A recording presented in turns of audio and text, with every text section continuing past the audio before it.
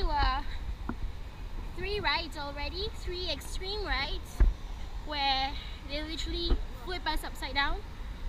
I have no problem with that, but the girl behind me does, so yeah. So right now we're crossing over, and yeah, she wants me to take her pictures, so yeah. Okay. Jangan depan aku lah. Jangan depan aku. Apa kau?